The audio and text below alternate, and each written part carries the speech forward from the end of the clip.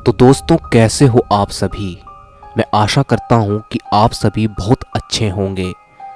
दोस्तों, कहानी शुरू करने से पहले मैं आप सभी को बताना चाहता हूँ कि जितनी भी कहानियाँ मैं इस चैनल पर सुनाता हूँ वह किसी न किसी के साथ घटित होती है। साथ ही अगर आप हमें अपनी कहानी भेजना चाहते हैं तो आप स्क्रीन पर दिए गए नंबर पर या फिर मेरी इंस्टाग्राम आईडी पर मुझे मैसेज करके भेज सकते हैं। तो बिना देरी किए अपने अपने हेडफोन लगाएं और शुरू हो जाएं मेरे यानी तुषार के साथ। दोस्तों, मेरा नाम विशाल है और आज जो मैं आपको कहानी बताने जा रहा हूँ वो मेरे साथ घटित एक सच्ची घटना है। दोस्तों, दरअसल ये बात आज से लगभग 3 साल पहले की है, जब मैं अपने करीबी दोस्त की शादी में शामिल होने उसके गांव गया हुआ था।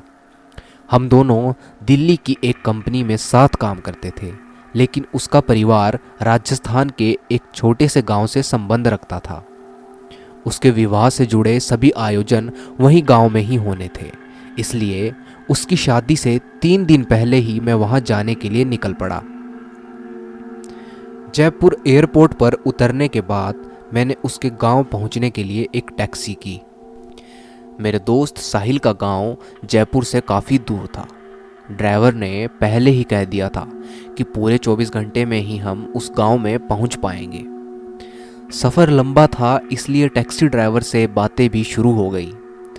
बातें करते करते उसने गांव देहातों में फैले भूत प्रेतों के किस्सों का जिक्र छेड़ दिया। ड्राइवर का कहना था कि जिस गांव में मैं जा रहा हूं वहां तो डायनों का आना बहुत आम है। उसने मुझे एक नहीं न जाने कितने किस्से सुना दिए उस गांव और डायनों से जुड़े हुए।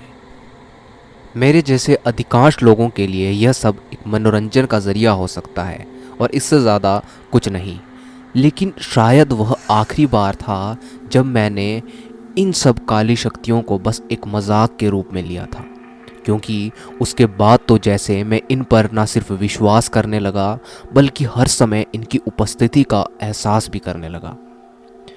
ड्राइवर का कहना था कि सुबह 8 बजे तक हम अपनी मंजिल पर पहुंच जाएंगे। रात 10 बजे के आसपास हमने एक ढाबे पर खाना खाया और फिर सफ़र की थकान की वजह से मेरी आंख लग गई। थोड़ी दूर चलने पर अचानक हमारी गाड़ी खराब हो गई, और वह भी ऐसी जगह जहां से कुछ भी मदद मिलना लगभग नामुमकिन सा था। मुझे समझ नहीं आ रहा था कि आखिर क्या किया जाए। सुबह होने का इंतज़ार भी नहीं कर सकते थे और आसपास कोई ठीक जगह भी नहीं थी। ड्राइवर का कहना था कि 2-3 किलोमीटर पर एक ढाबा है, आप वहां पहुंच जाओ तो मैं गाड़ी ठीक करवा कर वहां आ जाऊंगा। मैंने उसकी बात मान ली और पैदल चलने लगा। बहुत चलना था, इसलिए कानों में ईयरफोन लगा लिया और सोचा टाइम पास हो जाएगा। कुछ दूर चलते ही मुझे कुछ ऐसा एहसास होने लगा जैसे मेरे साथ कोई चल रहा है। बड़ी तेज महक सी आई और बहुत देर तक अपने साथ किसी और के होने का एहसास होने लगा। पहले लगा कि जैसे यह मेरा वहम है, लेकिन धीरे धीरे वो वहम हकीकत या यूं कहे एक भयानक हकीकत की शक्ल लेने लगा। पहले मुझे केवल एहसास हो रहा था कि कोई मेरे साथ साथ चल रहा है, लेकिन धीरे धीरे किसी की शारीरिक आकृति मुझसे कुछ कदम दूरी पर दिखाई देने लगी। वह एक सुंदर लड़की थी।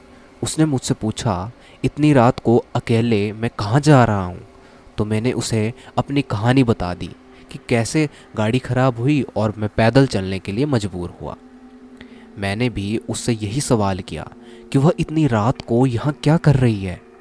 उसने मुझे बोला कि वह अक्सर इस रास्ते पर आती जाती रहती है। इससे पहले मैं उससे कुछ और पूछता, उसने मुझे बोला कि आपकी दोस्त की शादी तो कल है ना, आप कैसे पहुंच पाओगे? उसका यह सवाल सुनकर मैं हैरान रह गया कि उसे कैसे पता कि मैं शादी में जा रहा हूं।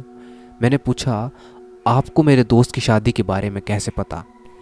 तो उसने मुझे बताया कि ऐसे ही। यह सुनकर मैं चुप हो गया। उसने अपना नाम कविता बताया था। फिर वह कोई अजीब सा गाना गुनगुनाने लगी और मैं चुपचाप उसके साथ चलता रहा। आगे बढ़ा तो सामने एक बड़ा और घना पेड़ दिखाई देने लगा। मैं उसकी फ़ोटो लेने के लिए अपना फ़ोन जेब से निकालता हूँ। तभी उस लड़की ने मुझे ऐसा ना करने को बोला। मैंने पूछा क्यों, तो उसने बोला रात के समय तस्वीर नहीं उतारते। मैंने अपना फ़ोन अंदर रख लिया। मेरी नज़र अचानक पेड़ से थोड़ी दूर पर खड़ी 3 औरतों पर गई। वो तीनों औरतें धीरे धीरे मेरे पास आने लगीं। जैसे जैसे वो पास आती गई उनका चेहरा नज़र आने लगा जो बहुत डरावना था।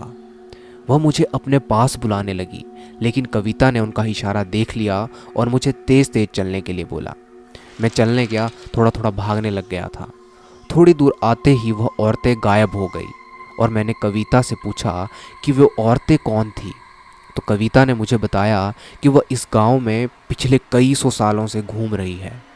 गांव के लोग उन्हें बुरी आत्माएं कहते हैं। मैं आपको उनसे बचाने के लिए ही मैं आपके साथ साथ आई हूँ। मैंने पूछा तुम कैसे बचा सकती हो। उसने फिर कोई जवाब नहीं दिया। चलते चलते हम बहुत दूर निकल आए थे। कविता ने कहा कि अब ढाबा आने वाला है और रास्ता भी सुरक्षित है, अब मुझे चलना चाहिए। मैंने कहा तुम आगे तक नहीं जाओगी। उसने कहा मेरी मंजिल तो यही है। जाते जाते उसने मुझसे बस एक बात बोली कि हर आत्मा बुरी नहीं होती साहब। उसकी बात का मतलब समझते हुए मुझे बिल्कुल देर नहीं लगी और मैं समझ गया कि वह एक भली आत्मा थी जो मुझे बुरी शक्तियों से बचाने के लिए मेरे साथ साथ यहाँ तक आई थी। तो दोस्तों, कैसी लगी आपको विशाल की कहानी? आप अपनी अपनी राय कमेंट सेक्शन में ज़रूर बताइएगा।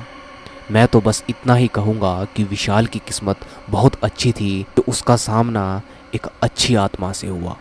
दोस्तों, अगर आप ऐसी ही कहानियाँ और सुनना चाहते हैं तो चैनल को प्लीज़ सब्सक्राइब ज़रूर करें और बेल आइकन को भी प्रेस करें।